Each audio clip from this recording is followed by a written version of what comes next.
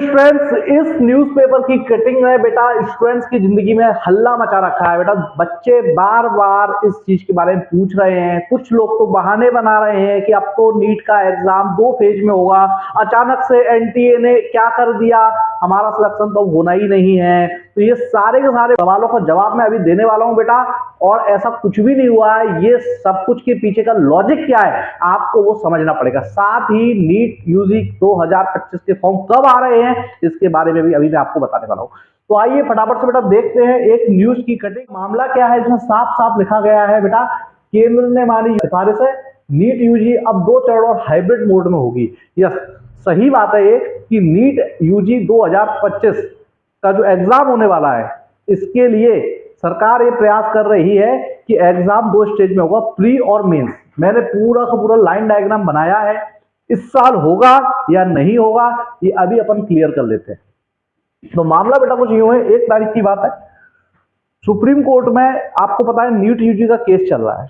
और केस चलता है तो बेटा उसमें क्या होता है, केंद्र सरकार एक पार्टी है जो हमारी सेंट्रल गवर्नमेंट है, उसने सुप्रीम कोर्ट में उनके जो एडवोकेट है तुषार मेहता, उन्होंने अपनी तरफ से पक्ष रखा और बोला है कि हाई पावर कमेटी ने जो भी रिकमेंडेशन दिए हैं कि नीट यूजी में सुधार होने चाहिए, उन सारे के सारे सुधारों को सरकार मानने को तैयार है और उनको सुधारों को इंप्लीमेंट करेगी।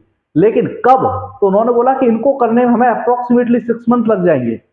आपको पूरा नहीं पढ़ना, मैं समझा रहा हूं क्या बोला। तो सुप्रीम कोर्ट ने बोला 6 मंथ नहीं 3 मंथ, मतलब कि अप्रैल तक आपको ये बताना है और अप्रैल में इसकी सुनवाई होगी नेक्स्ट। अब सवाल यहां ये उठता है कि ये बात तो सही है कि नीट यूजी का एग्जाम 2 स्टेप में होगा, प्री और मेंस। क्या फॉर्मेट होगा, कैसा होगा, ये सब बात तो सही है, पर सबसे बड़ी बात है क्या ये 2025 में होगा। तो देखो बेटा, अप्रैल में तो इसकी कोर्ट पर सुनवाई होगी और 4 मई के भी टेंटेटिव डेट है। तो इसका मतलब यह है कि यहां पर 30 डेज से भी कम का टाइम बच रहा है, क्योंकि अप्रैल में कोई ऐसा नहीं बोला कि 1 अप्रैल 2 अप्रैल 5 अप्रैल। तो मान के चलते हैं कि बेटा 10 अप्रैल को भी हुई तो बेटा तब भी 30 डेज से भी कम का टाइम बच रहा है। तो आप ही बताइए बेटा, इसमें एकदम से कहां से 2 फेज में हो जाएगा। लेकिन ऐसा भी नहीं बोल सकते कि नहीं होगा, ये डिसाइड हो जाएगा एग्जाम फॉर्म आने के टाइम पर। और एग्जाम फॉर्म के बेटा आने की जो टेंटेटिव टाइम है जनवरी के लास्ट में, और इस न्यूज के बाद आप मान सकते हैं फरवरी के बेटा फर्स्ट वीक में एग्जाम फॉर्म के अपडेट या एग्जाम फॉर्म रिलीज हो जाएंगे। अगर वो इस साल से ही उनका स्टिल है कि नहीं, बड़ा स्ट्रॉन्ग डिसीजन है कि इसी साल से ऐसा प्री और मेंस में डिवाइड करना है, तो फिर बेटा फिलहाल अभी एग्जाम फॉर्म भी नहीं आएगी फिलहाल। लेकिन मुझे ऐसा लगता है बेटा कि ये रिफॉर्म इस साल से चेंज नहीं होगा।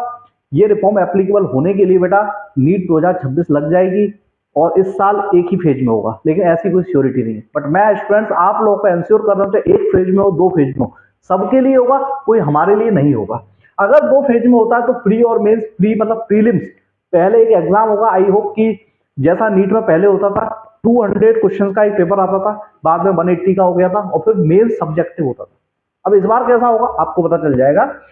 साथ में मैं यहां बोल रहा हूं कि नीट 2025 में ये रिफॉर्म एप्लीकेबल होगा, इसकी पॉसिबिलिटी कम है, 2026 में होने की ज्यादा है, ठीक है ना।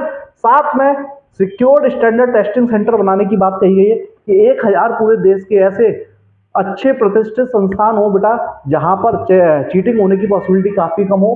दूसरा, हाई पावर्ड स्टीयरिंग कमेटी हो जो कि इन सारे के सारे सुधारों को इंप्लीमेंट करे।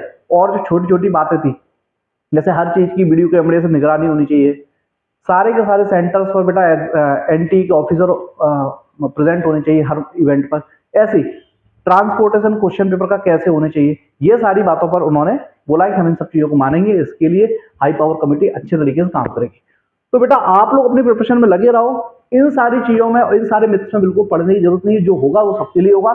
हमें तो हर हाल में नीट में सिलेक्शन लेना है, तो उसके लिए हम लोग काम करेंगे। ओके, बाकी कोई भी ऐसी अपडेट होगी मैं आप लोगों को बताऊंगा। याद रखना, इन सबसे ज्यादा इंपॉर्टेंट है वो है आपकी पढ़ाई, वो है आपकी स्टडी, वो है आपकी कोचिंग स्टडी, वो है आपकी सेल्फ स्टडी। तो wish you best of luck बेटा, लगे रहो जुनून के साथ, मोटिवेशन के साथ, अपनी मेहनत के साथ।